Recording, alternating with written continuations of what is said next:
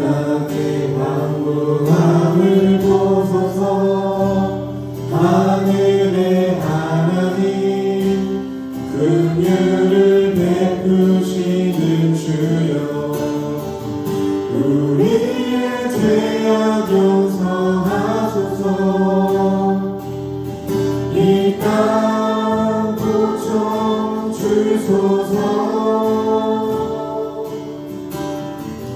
이제 우리 모두 하나 되어 이 땅에 무너진 기초를 다시 쌓을 때 우리의 우상을 태우신 성령의 불이 임하소서.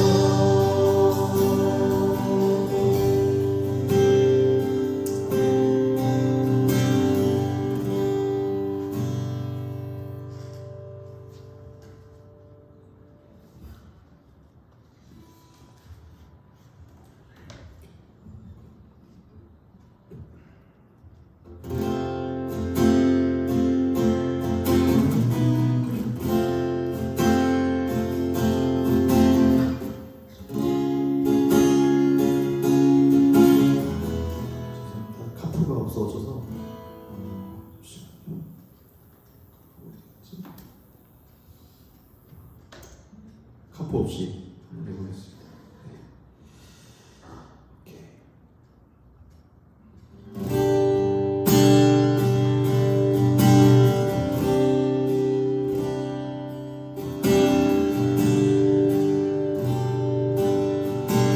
주께 가까이 주께 가까이 나를 이끌소서 간절히 주님 나를 원합니다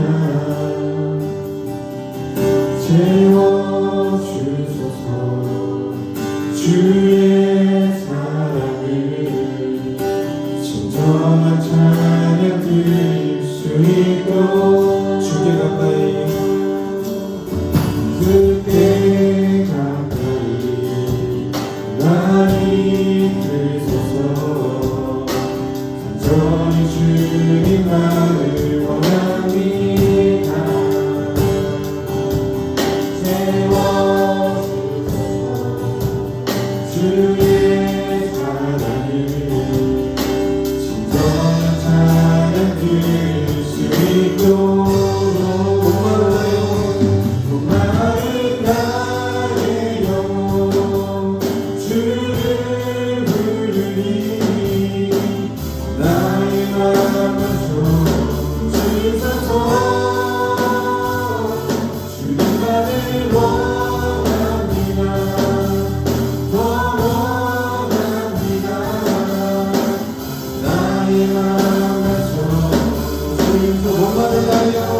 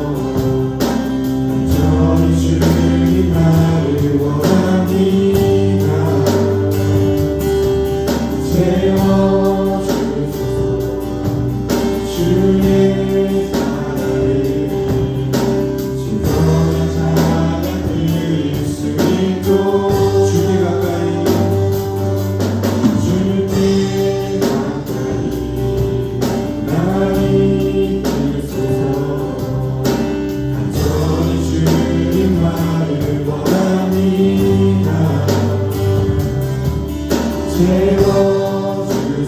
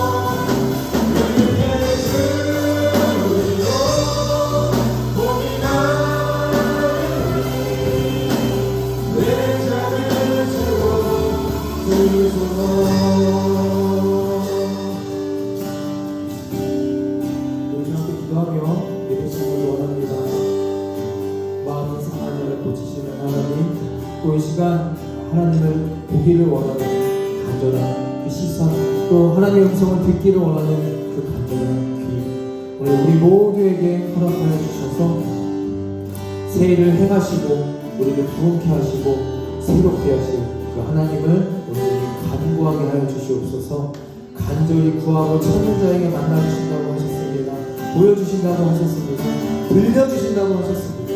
오늘 이곳에 그냥 껍데기 60만 앉아있는 것이 아니라 우리의 영혼이, 우리의 믿음이, 우리의 인생이 주님을 찾고 간절히 만나고 또 오늘 이 시간 인격적으로 교제하며 더 가까이 나아가는 시간 되게 하여 주시옵소서. 주여 한번 외치고 간절한 마음으로 찬양 기도하며 주님 앞에 나아갑니다. 함께 기도하시겠습니다. 주여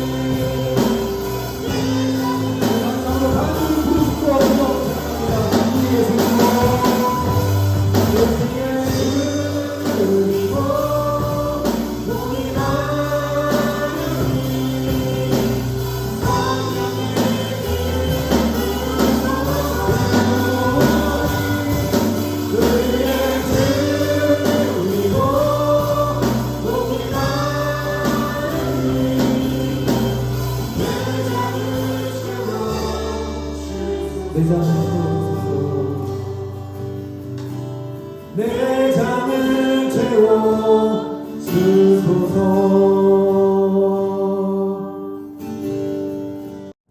이 모든 일에 우리를 사랑하시는 이로 말미암아 우리가 넉넉히 이기느니라. 아멘. 부족한 저희를 언제나 사랑하시는 주님, 복된 주일을 맞이하여 좋은 교회에 모여 예배드리게 하심을 감사합니다. 저희의 힘과 노력으로는 구원을 이룰 수 없고 선한 삶을 살기도 힘이 듭니다. 이 시간 하나님의 은혜로 얻은 구원에 늘 감사하게 하시고 주께서 지으신 선한 목적대로 살게 하시옵소서. 지난 한 주를 돌아보며 부족한 저희들의 생각과 죄로 인해 멀어진 하나님과의 만남을 회복하기 원합니다. 그동안 지은 죄로부터 깨끗게 하시고 새 마음과 성령의 충만함을 이 시간 주시옵소서. 또한 주님께서 저희에게 모든 것을 주셨음에도 불구하고 남들과 비교하고 눈앞에 어려움에 굴복하고 불평과 불만에 빠져 살았습니다. 이런 저희의 나약함을 불쌍히 여기시고 용서하여 주시옵소서. 정말 주님의 사랑과 은혜를 바라보며 나아가기 원합니다. 주님 안에서 매일같이 벌어지는 세상과 그리고 악한 것과의 싸움에서 언제나 승리하게 하여 주시옵소서. 좋은 교회를 이곳에 세워주신 주님, 우리 교회가 주님의 백성으로 삼아주신 은혜에 힘입어 주님의 지체로 합당한 교회가 되도록 하시옵소서. 이 교회가 주님의 십자가 사랑을 온전히 믿고 따르는 귀한 교회가 되기를 원합니다. 믿음이 부족한 자들에게 주님 안에서 새 생명을 얻게 하시고 마음에 상처 입은 자들에게는 심령이 치유되며 언제나 기도로서 주님께 나아가는 교회 되게 하여 주시옵소서. 오늘도 단위에 세우신 고신영 목사님 귀한 생명의 말씀, 축복의 말씀을 증거하실 때 성령님께서 함께 하셔서 지치지 않는 열정과 영육간의 강건함과 성령님의 능력을 더하여 주시옵고 목사님의 입술을 통하여 말씀이 선포될 때 오직 살아계신 하나님의 말씀을 통하여 심령마다 변화되고 치유되는 놀라운 은혜와 영광이 나타나는 시간이 되게 하여 주시옵소서. 김성윤 목사님을 통해 학생들의 영이 더 새로워지게 하시고 이 어려운 시대를 살아갈 수 있는 힘과 지혜를 얻을 수 있는 귀한 시간 되게 하여 주시옵소서. 또한 아이들을 말씀으로 양육시켜 주시는 김하나 사모님과 배지선 사모님, 그리고 보이지 않는 곳에서 교회를 위해 봉사하시는 손길들을 기억하여 주셔서 이 수고가 하나도 땅에 떨어지지 않고 많은 열매로 주님께 영광 돌리게 해 주시옵소서. 오늘도 주시는 말씀을 사모합니다. 이 예배의 시작과 끝에 주님께서 함께 하실 줄 믿사오며 사랑이 많으신 예수님의 이름으로 기도드립니다. 아멘. 너희는 이렇게 기도하라. 하늘에 계신 우리 아버지여, 이름이 거룩히 여김을 받으시오며 나라가 임하시오며 뜻이 하늘에서 이루어진 것 같이 땅에서도 이루어지이다. 오늘 우리에게 일용할 양식을 주시옵고 우리가 우리에게 죄 지은 자를 사하여 준 것 같이 우리 죄를 사하여 주시옵고 우리를 시험에 들게 하지 마시옵고 다만 악에서 구하시옵소서. 대개 나라와 권세와 영광이 아버지께 영원히 있사옵나이다. 아멘. 오늘 함께 나눌 말씀은 로마서 1장 21절에서 27절까지의 말씀입니다. 로마서 1장 21절에서 27절까지의 말씀 저와 한 절씩 번갈아 가시면서 교독하도록 하겠습니다. 로마서 1장 21절입니다. 하나님을 알되 하나님을 영화롭게도 아니하며 감사하지도 아니하고 오히려 그 생각이 허망하여지며 미련한 마음이 어두워졌나니 썩어지지 아니하는 하나님의 영광을 썩어질 사람과 새와 짐승과 기어다니는 동물 모양의 우상으로 바꾸었느니라.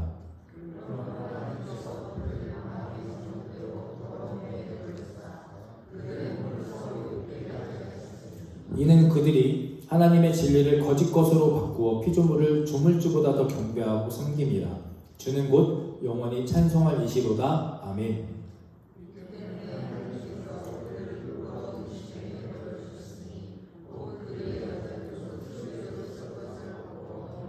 함께 읽습니다. 그와 같이 남자들도 순리대로 여자 쓰기를 버리고 서로 향하여 음욕이 부릴 듯하며 남자가 남자와 더불어 부끄러운 일을 행하여 그들의 그릇 때문에 상당한 보응을 그들 자신이 받아내느라. 아멘. 말씀의 제목도 함께 읽어보겠습니다. 시작. 하나님을 알되 부끄러워하라. 다시 해볼까요? 시작. 하나님을 알되 부끄러워하라. 하나님을 알되 부끄러워하라. 저희 가족은 라면을 참 좋아합니다. 라면. 아마 여기 라면 싫어하시는 분 별로 없으실 것 같은데 저희 아내 빼고 저희 가족 남자 4명은 정말 라면을 정말 좋아합니다. 건강 때문에 가급적 안 먹으려고 하는데 이제 가끔 가다 먹게 되면 이제 싸우고 난리가 납니다. 이렇게 라면을 다 담아 놓으면 누가 더 먼저 그걸 가져가겠다고, 누가 더 큰 거를 먹겠다고 세 녀석이, 저는 이제 아니고요, 세 녀석이 그렇게 싸웁니다. 며칠 전에도 계속 너무 심각하게 싸워서 제가 성경적으로 좀 가르쳐야겠다 생각해서 이 세 녀석을 불러서 말했습니다. 만약에 예수님이 여기 계시면 어떻게 했을까? 대답해봐. 아빠 생각에는 아마도 이건 나는 나중에 먹어도 되니까 내 사랑하는 형제들이 먼저 먹도록 해라 라고 예수님께서 양보하시지 않을까? 라고 제가 이렇게 아이들에게 말했습니다. 그러자 말끝나기가 무섭게 우리 5살 막내 하일이가 이렇게 대답합니다. 두 형들을 바라보며 형이 예수님 해. 형이 예수님 해 하고 자기가 제일 그 3개 중에서 크고 많이 담겨있는 거를 싹 가지고 가는 겁니다. 아멘 하고 막 먹습니다. 귀엽기는 한데 참 안쓰럽습니다. 후안무치라는 사자성어가 있죠. 후안무치. 뻔뻔스러워서 부끄러움이 없다. 부끄러운 걸 모른다라는 뜻입니다. 부끄러움을 알아도 때로는 아닌 척하고 어떤 때에는 내가 잘못한 것을 부끄러워하기조차 느끼지 못하는 것을 뜻하는 사자성어입니다. 질문을 드릴까요? 여러분, 우리는 죄인입니까? 아닙니까? 우리는 죄인입니까? 아닙니까?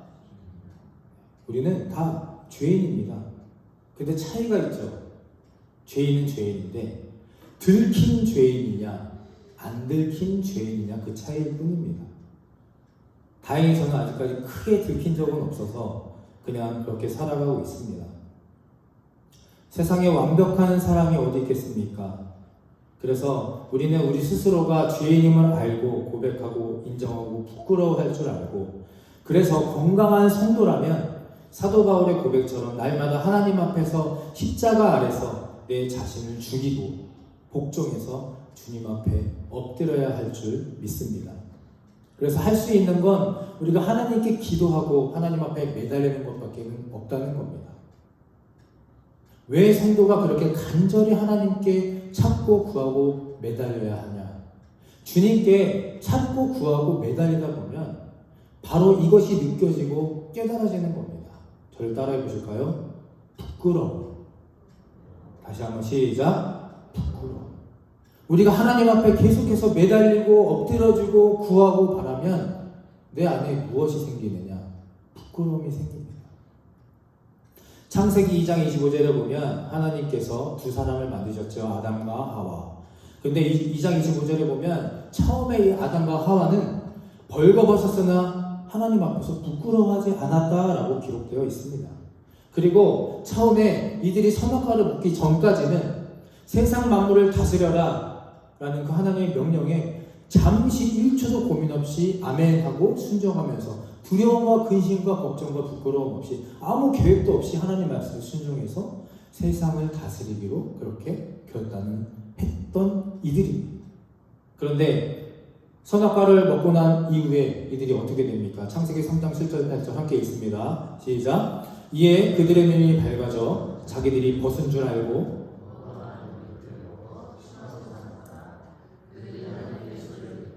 아담과 그의 아내가 여호와 하나님의 낯을 피하여 동산나무 아래 숨은지라. 죄성을 지닌 우리가 하나님을 보고 듣고 알고 느끼고 만나게 되면 부끄러운 감정을 느끼게 되는 것은 당연합니다. 죄를 짓지 않은 사람들은 경찰차를 보면 경찰차 멋있다, 훌륭한 일을 한다, 참 좋은 일을 하는 사람들 고생한다. 그러나 죄인들은 경찰차를 보면 숨습니다. 소리만 들어 불빛만 봐도 가슴이 철렁 놀라 도망가게 되는 겁니다.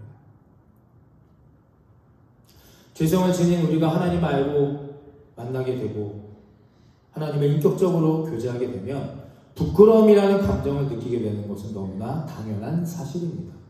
왜냐하면 하나님은 선하시고 죄가 없으신 완전하신 분이기 때문입니다.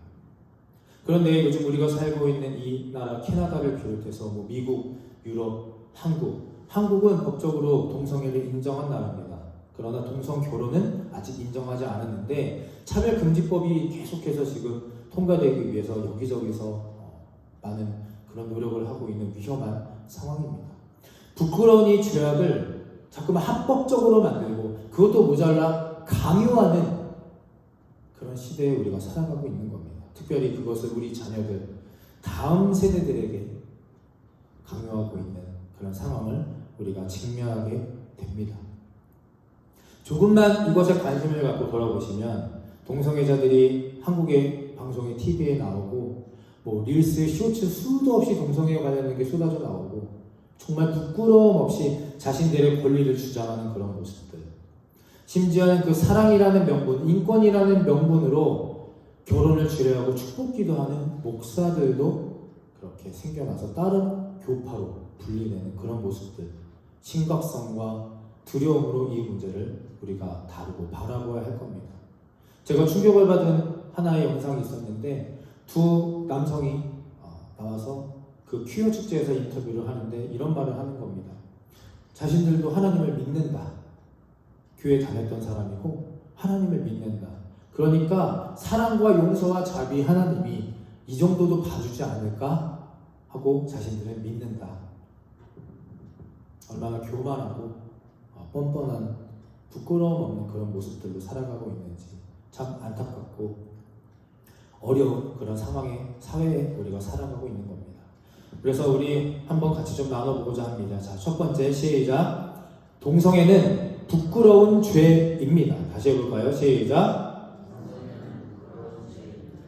오늘 로마서 1장 26절 27절입니다. 이 때문에 하나님께서 그들을 부끄러운 욕심에 내버려 두셨으니 여자들도 순리대로 쓸 것을 바꾸어 영리로 쓰며 남자들도 순리대로 여자 쓰기를 버리고 음욕을 부리들여서 남자가 남자와 더불어 부끄러운 일을 행하였다. 상당한 보응을 그들 자신이 받아내니라. 아멘. 동성애는 말 그대로 같은 성을 사랑하는 것입니다. 차라리 하나님이 만드신 창조 질서를 무너뜨리는, 위배하는, 영리의 부끄러운 행위입니다. 근데 부끄러운 행위라는 그 자체를 잘 모르고 인정하지 않고 인식하지 않는, 특히 교회 안에서도 그런 목회자나 성도들이 있다는 사실입니다. 특별히 캐나다에서 제가 목회하면서 이런 공적인 자리에서 정부가 지향하는 동성애를 반박하는 메시지를 함부로 전하는 것이 참 위험한 것임을 저는 알고 있습니다. 만약에 제가 싫으시거나 저를 내리게 하시려면 저를 고발하시면 됩니다. 정부에. 그러나 침묵하고 강구할 수 없는 이 현실 속에서 이번 주와 다음 주 2주에 걸쳐서 저는 이 동성애에 관해서 좀 설교를 나누고자 합니다. 성경 공부를 하신 분들은 알 겁니다. 동성애가 만연하고 횡행하는 곳에는 반드시 하나님의 심판과 그 나라의 멸망이 나타났습니다. 소돔과 고모라, 성과 윤리의 대표적인 타락의 도시였던 로마와 같은 곳입니다. 한국도 예외는 아니고요.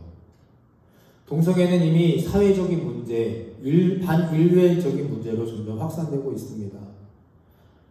하루가 멀다 하고 부끄러운 죄인 줄도 모르는 그 어린 친구들이 동성애 옹호 영상들만 올리고 10대, 20대 사이에서 어플을 만들어서 서로 만남을 갖고요. 아까도 말씀드렸듯이 정부에서는 법적으로 그것을 합법화하기 위해서 통과하려고 합니다. 캐나다는 더하죠. 코로나가 한창이던 한 2년 전쯤인가 캐나다 정부에서 우리 교회에 레터가 왔습니다. 우리 교회뿐이 아니라 체리티를 가지고 있는 비영리단체의 자격을 갖고 있는 모든 교회와 단체에 레터가 왔습니다. 코로나로 힘든 시기를 보내고 있으니 너희들에게 그냥 조건 없이 3만 불에서 4만 불을 지원하겠다.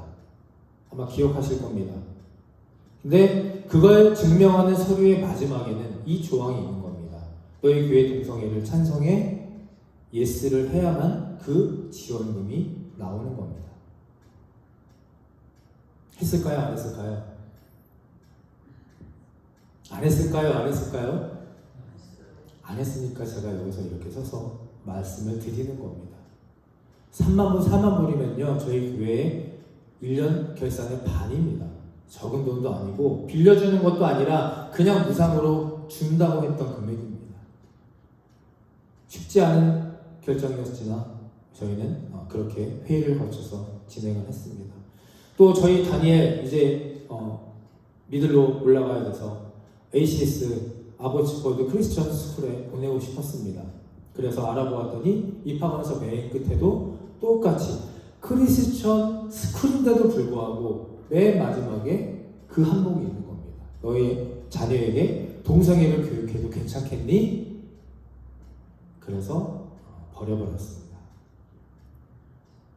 여러분, 우리가 의식하지 못하고 잘 알지 못하고 나랑은 직접적인 관련이 없어서 그렇지 조금만 관심을 가지고 우리 주변을 돌아보면 이 동성애는 무섭게 집요하게 교활하게 우리의 삶을 파고들고 있는 겁니다.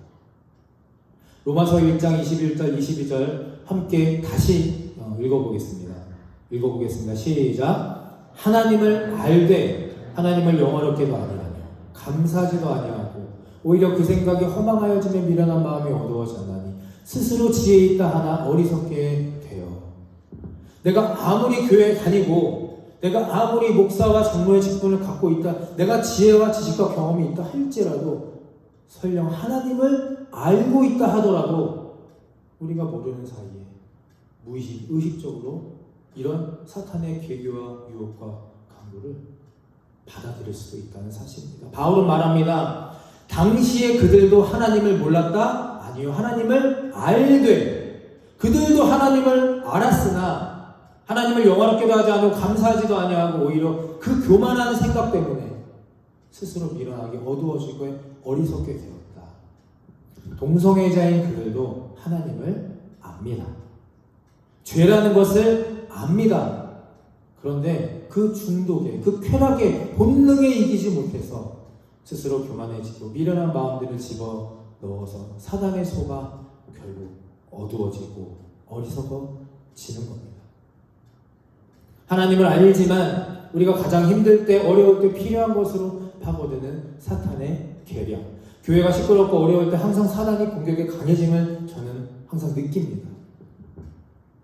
요즘 좋은 감리교회 우리 교회가 동성애를 찬성한다는 그런 말도 안 되는 소리를 제가 전에 들었습니다. 여러분 정확하게 오늘 제대로 잘 들으셔야 합니다. 기독교 대한감리회 산하 우리 교회를 포함해서 모든 한국의 감리교회는 동성애를 찬성하지 않고 결사 반대합니다. 그리고 제가 지난주 운영위원 회의 때도 말씀드렸지만 만약에 감리교단이 동성애를 찬성한다? 저는 그 즉시 감리교회에서 목사를 탈퇴할 것이고 퇴회할 것이고 우리도 감리교단에서 떠날 것입니다. 그러니 이상한 소문에 혼란스러워 하시거나 어려운 마음 갖지 않게 되시기를 바랍니다. 말씀으로 도와하겠습니다. 성경에 기록된 동성애는 총 8번입니다. 앞에 화면에 있습니다. 제 입으로 말씀드리기 좀 부끄러운 부분도 있지만 쭉 읽어드리도록 합니다. 남자들 간의 간간이 2회였고 남자들 간의 성행위가 4회였고 여자들 간의 성행위가 1회였고 성인 남자와 어린 소년의 성행위가 있었고요. 총 합해서 8회가 기록되어 있습니다. 이 기록들은 그냥 이런 마음들이 있었다, 상황들이었다가 아니라 정말 실질적으로 육체적인 관계를 가진 직접적인 행위를 뜻합니다. 그 당시에도 지금과 같은 사람들이 있었다는 겁니다. 구약 성경의 한 말씀을 찾아보면 신명기 23장 17절 18절 이스라엘 여자 중에 창기가 있지 못할 것이요 이스라엘 남자 중에 미동은 어린 소년이 몸을 파는 것을 말합니다. 미동이 있지 못할지니 창기의 본동과 개같은 자의 소득은 아무 서원하는 일로든지 내 하나님 여호와의 전에 가져오지도 말라. 이들은 내 하나님 여호와께 가증한 것이니라. 이렇게 해서 벌어온 재물과 이렇게 해서 드리는 제사는 하나님이 받지 않으십니다. 아예 갖고 오라고 하지도 않으십니다. 가증한 것이기 때문입니다. 신약에서도 보면 신약에서는 예수님은 따로 동성애에 관해 직접적인 말씀을 하진 않으셨습니다. 그러나 마가복음 7장 20절 23절의 말씀을 통해서 모든 음란, 간음, 쾌락 등의 성적인 문란함을 비판하셨고요. 사도 바울도 로마서에서 오늘 말씀을 통해서 남자 매춘부와 어린 소년의 소와 성애자들까지도 직접적으로 언급하고 문제시하면서 하나님의 창조 원리에 대적하고 있음을 경고합니다. 신약의 성경 말씀을 함께 좀 읽어보겠습니다. 유다서 1장 7절 함께 읽습니다. 시작. 소돔과 고모라와 그 이웃 도시들도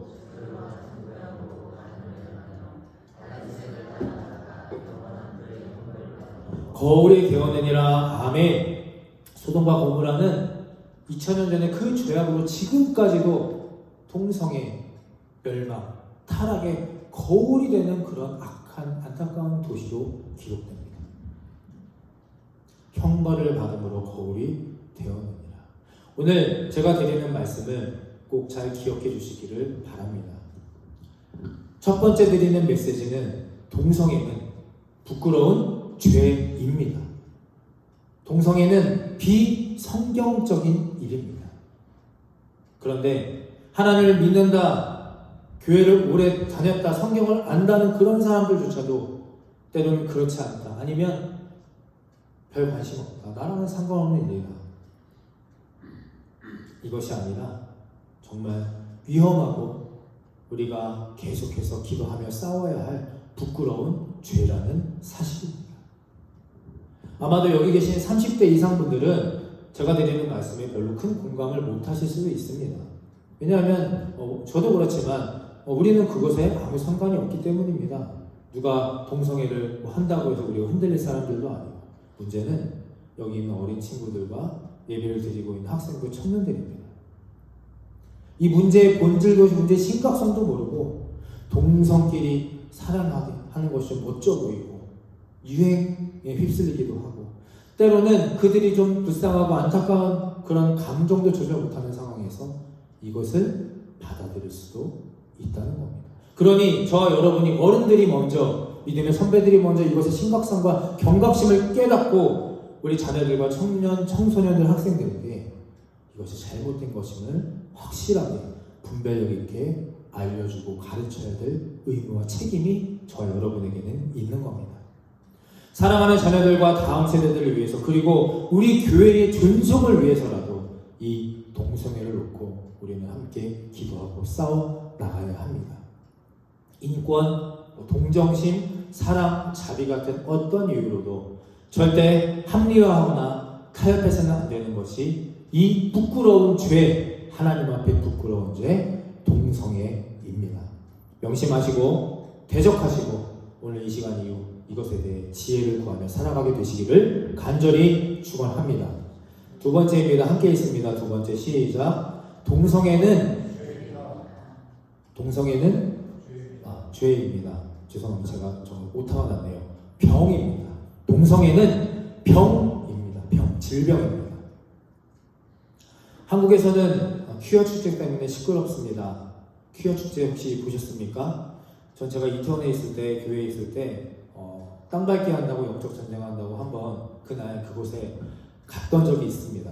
그리고 시청 광화문에서도 한번 행사할 때 일부러 가서 어떤 것인가 한번 경험한 적이 있는데, 정말 말로 표현하기가 힘들 정도로 낯뜨겁고 부끄럽고 참 안타깝고 마음이 아픈 그런 현장이 있었습니다. 동성애자들 남자 여자 할 것 없이 다 헐벗고 마시고 괴성을 지르고 춤추면서 마치 여기가 자기들밖에 없는 것처럼, 그리고 주변에 경찰이 쫙 바리케이드를 치고 대동을 하고, 법안에서 경찰의 보호 아래 만끽하는 모습을 봅니다. 그런데 웃기는 사실은 그 축제가 딱 5시인가 끝났는데 딱 끝나자마자 어떻게 되느냐, 그렇게 이 세상의 종말이 오늘 마지막 것처럼, 여기가 우리의 것처럼 그렇게 소리를 지르고 난리를 치고 광란을 파티를 벌이던 사람들이 옷을 갖춰 입고 조용하게 지하철을 타고 사라집니다. 여러분, 동성애가 그렇게 좋고 기쁘고 대단한 거라면 축제가 끝나고 누가 뭐라고 법에 잡혀가고 구속이 되어도 끝까지 동성애를 찬양하고, 밖에 나와서 내가 사랑하는 부모님, 가족, 형제, 자매들에게 다 동성애자가 되라고 권해야 되는 건 아니겠습니까? 그렇지 않습니까? 상식적으로. 동성애자들도 다 안다고 합니다.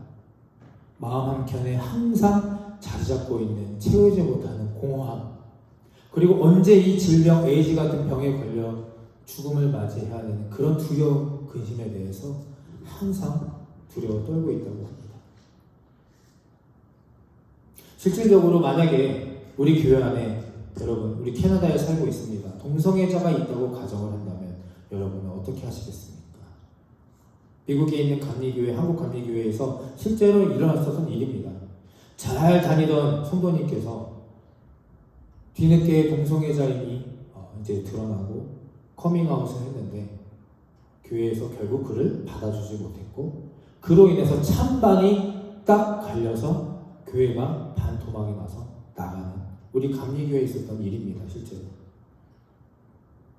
주변에 알던 사람이 우리가 그럴 수도 있고요, 아니면 동성애자가 새로 교회에 등록을 했을 수도 있다는 겁니다. 그러면 여러분, 저와 여러분은 과연 어떻게 이것을 받아들여야 할까요? 제가 말씀을 준비하면서 많은 고민을 했습니다. 또 많은 자료, 설교 영상, 예화 많이 찾아보았는데 쉬운 일은 아닙니다. 사실 세상적으로 보면요, 동성애 문제는 굉장히 간단하고 쉬운 문제입니다. 둘 중에 하나입니다. 내가 동성애를 만약에 죄로 여긴다, 동성애자, 동성애를 정죄하면 됩니다. 배척하면 됩니다. 반대로 동성애는 죄가 아니다, 그러면 동성애를 옹호하면 되는 겁니다. 간단합니다. 수학처럼 정답이 있으니까 간단한 겁니다. 그러나 이게 우리가 신앙적으로 교회 안으로 들어오면 그렇게 간단하고 쉬운 문제가 아니라는 겁니다.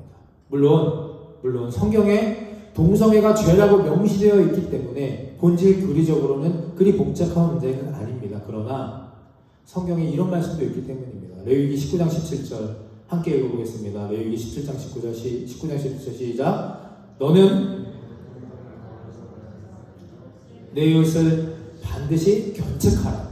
그러면 내가 그에 대하여 죄를 담당하지 아니하리라. 아멘. 다시 한번 해볼까요? 시작. 너는 내 형제를 마음으로 미워하지 말며 내 이웃을 반드시 견책하라. 그러면 내가 그에게 죄를 담당하지 아니하리라. 견책이 뭡니까? 책임에 대해서 견해를 알려줘라. 즉 가르쳐주라는 겁니다. 이게 죄야. 잘못된 거야. 이거 이렇게 그냥 살아가면 넌 심판받고 지옥에 갈 수밖에 없어. 이것을 가르치라는 겁니다. 무슨 말입니까? 죄는 미워하되 사람은 미워하지 말라. 이거 아니겠습니까? 예수님이 가르치는 근본 정신은 죄는 한없이 미워하지라도 사람은 미워하지 말고 사랑의 마음을 가지고 하나님의 시선을 바라보며 그들을 견책하라라는 겁니다. 예수님은 말씀하셨습니다. 나는 세리의 죄인의 무엇이다? 친구이다. 그러니까 동성애라는 자체는 죄는 반대하고 배척하고 당연히 거부해야 하겠지만 이 동성애자들에 대해서는 내치고 미워하고 정죄하고 쫓아내면 안 된다는 겁니다. 그래서 이 두 가지 사안이 각각 말씀으로 우리에게 다가오기 때문에 그래서 참 어려운 겁니다. 우리는 감정을 가진 인간입니다. 저도 마찬가지고 여러분도. 그러니까 이 사안을, 이 죄를 미워하면서도 사람에 대해서는 미워하지 않고 사랑한다? 정말 감정적으로 생각보다 어려운 일입니다. 꼭 동성애가 아니더라도 그렇지 않습니까? 누군가 나에게 사기를 치고 죄를 지은 사람을 상대로 죄는 미워하지만, 사기죄는 미워하지만 사람은 계속 사랑해야 한다? 정말 어려운 겁니다. 2000년 전에도 그때 기록된 성경이나 역사 속에서도 보면 그때에도 동성애자들이 있었고 그때에도 지금처럼 성소수자로 인정받지 못하고 그들이 때로는 학대를 당했고요, 때로는 죽임을 당했는데고 어떻게 지금까지 사라지지 않고 생존했는가? 여러분 궁금하지 않으십니까? 저는 왜 이 동성애자가 하나님이 허락하지 않으신 일이고 사회적으로 세상적으로도 이렇게 멸시받고 천대받는 일인데 어떻게 이 성소수자들이 지금까지 살아남았을까? 책과 자료들을 찾아보니까 이런 내용이 있었습니다. 동성애자들의 생존 방식이 있었다. 생존의 방식이 그들만의 방식이 있었다는 겁니다. 그들은요, 누구보다 감수성과 공감 능력이 뛰어나다고 합니다. 혹시 주변에 동성애자들이 있으신지 모르겠는데 저는 친구 중에 한 명이 있어서 좀 공감이 많이 갔습니다. 감수성이 뛰어나고요, 감정적이고 여립니다. 공감의 능력이 참 뛰어납니다. 자기 희생과 동정심이 또 강해요. 그래서 어떤 공동체 조직 내에서 힘들고 어려움을 겪는 이들이나 사회적인 약자나 노약자들이나 부적응자들, 또 도움이 필요한 자들한테 적극적인 모습으로 그들을 돕고 함께합니다. 그러니까 세상적으로는 정말 착합니다. 여리고요, 희생정신이 있습니다. 무슨 말입니까? 이들은 사람의 감정을 건드리면서 그렇게 생존을 해온 겁니다. 바꿔 말하면 사탄은 우리들의 그 감정, 이들을 향한 동정심이나 연민이나 인권이나 사랑이나 이런 것을 노리고 무기로 삼아서 죄와 또 사람을 구별하지 못하게 하는 그런 계략과 수책을 사탄은 사용하고 있는 겁니다. 여러분, 우리는 이 감정에 휘둘리고 혼란스러워해서는 절대 안 됩니다. 죄는 죄이고 사람은 사람입니다. 다시 말씀드립니다. 죄는 죄고 사람은 사람입니다. 우리는 이것을 분명히 해야 합니다. 교회 내에서 또는 우리 주변에 동성애자들이 있다 할지라도 때로는 그들이 너무나 착하고 성실하고 좋은 사람이어도 또 어떤 감각이나 내가 갖지 못한 능력이 너무나 뛰어난 사람일지라도 그들이 가지고 있는 이 질병, 이 질병을 하나님의 능력으로 또 십자가 예수님의 사랑으로 깨끗이 완전히 치유되고 분별할 수 있도록 지금부터 우리가 가슴에 품고 이해하고 예수 그리스도의 이름으로 축복하고 기도하며 시작해야 할 줄 믿습니다. 다시 한번 말씀드립니다. 동성애는 고칠 수 있는 질병입니다. 오늘 제가 드리는 말씀은 오도하거나 곡해해 드리지 마시고 정확하게 분별하여 듣게 되시기를 바랍니다. 동성애는 고칠 수 있는 질병이고 죄는 우리가 배척하고 하나님 앞에 올려드려야 할 것이고 사랑은 사랑과 용서로 품어야 할 것입니다. 마지막으로 한 인물을 소개하고 마치려고 합니다. 헨리 라우엔이라는 세계적인 네덜란드의 목사이자 영성가이자 신학가 또 유명한 책의 저자로 활동하시다가 한 10여 년 전에 돌아가신 분이 계십니다. 수많은 신학 서적과 사업으로 세계 곳곳에 선한 영향력을 끼쳤던 분입니다. 아마 헨리 라우엔이라는 그런 분은 조금만 신학에 관심이 있거나 책에 관심이 있으신 분들은 다 아실 겁니다. 근데 이 사람은 놀랍게도 동성애자이자 소아 성애자였습니다. 자신이 젊은 시절부터 그런 성향이 있었는 것을 알고 그것을 과감하게 공개적으로 선포했습니다. 그리고 선포만 한 것이 아니라 그 커밍아웃 이후에 하나님 앞에 죄를 짓지 않기 위해서 끊임없이 자신을 죽이고 복종시키고 노력했던 그런 사람입니다.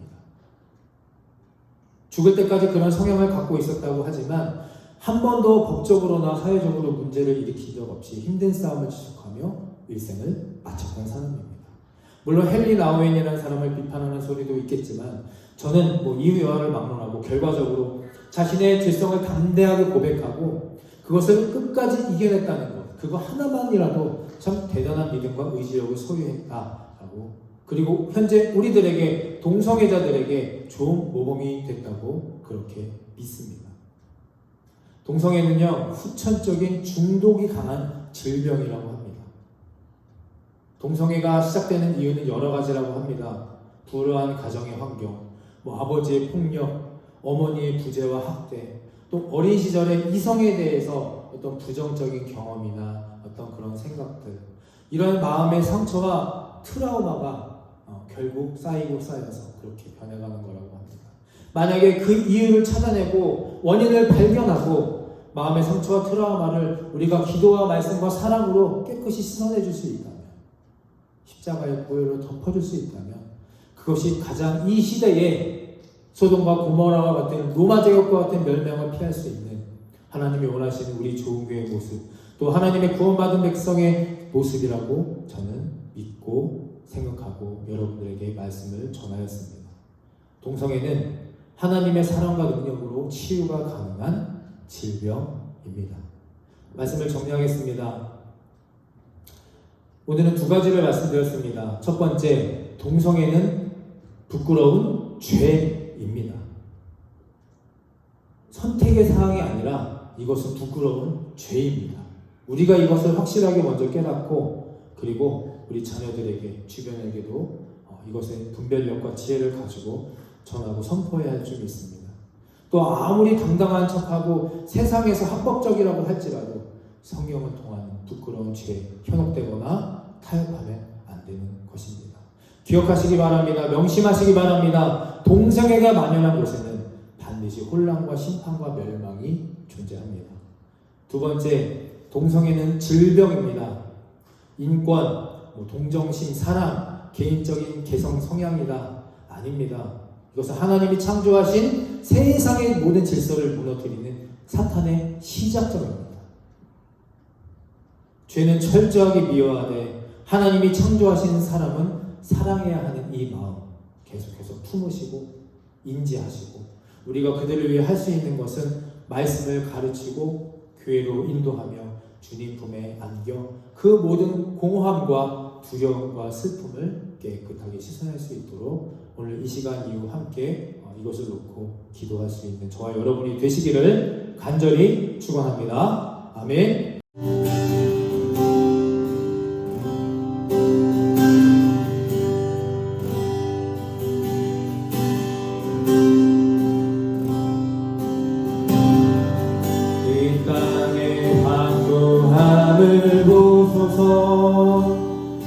하늘의 하나님 긍휼을 베푸시는 주여 우리의 죄악 용서하소서 이 땅 복종 주소서 이제 우리 모두 하나 되어 이 땅에 무너진 이 돌을 다시 쌓을게 우리의 우상들을 세우신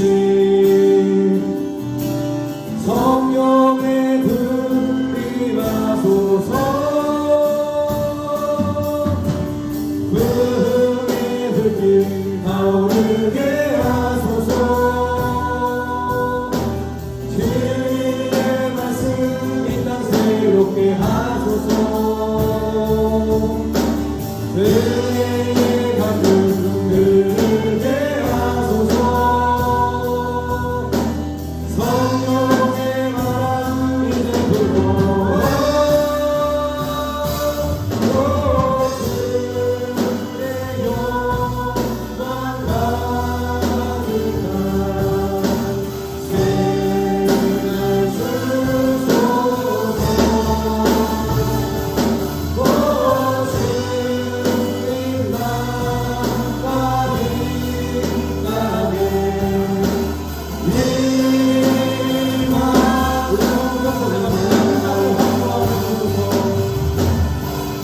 이 땅의 화합을 보소서 하늘의 하나님 긍휼을 베푸시 우리의 죄악 용서하소서 우리의 죄악 용서하소서 이 땅 복종 주소서 이제 우리 모두 하나 되어 이 땅에 무너진 이 돌을 다시 쌓을게 우리의 우상들을 세우신 성령의 불을 임하소서 성령의 불이 임하소서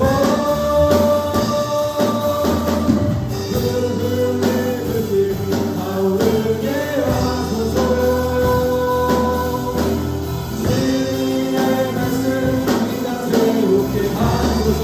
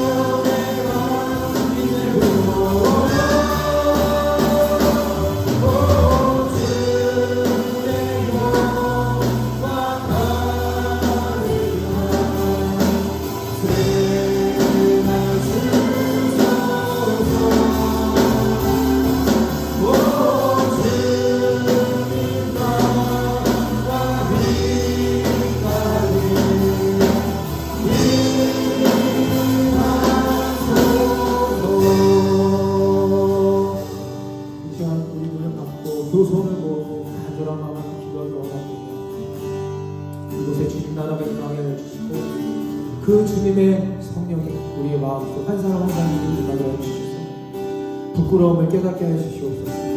죄악으로 살면서 죄인으로 살면서도 부끄러운 줄조차 모르고 그렇게 살아가는 우리들 또한 이 세상 밖에 하나님을 알되 부끄러운 욕심에 그 중독의 쾌락에 이기지 못해 동성애 되고 숨어서 어두운 곳에 살아가는 그런 미련한 자들을 위해서 우리가 기도하고 하고 부끄러움을 깨닫고 하나님 앞에 나아가게 하여 주시고 또 하나님을 모르고 배척하고 외면하는 그 동성애자들 또한도 하나님의 품으로 돌아오게 하여 달라고 우리 한 사람 한 사람의 이 작은 기도가 모여서 큰 능력이 발휘가 되어 하나님의 품을 십자가 안으로 우리 모두가 건강한 모습으로 영육의 건강한 거룩한 그리고 깨끗한 모습으로 주님 앞에 나아가게 하여 달라고 주여 한번 주고 간절한 마지막 기도하며 나아갑니다.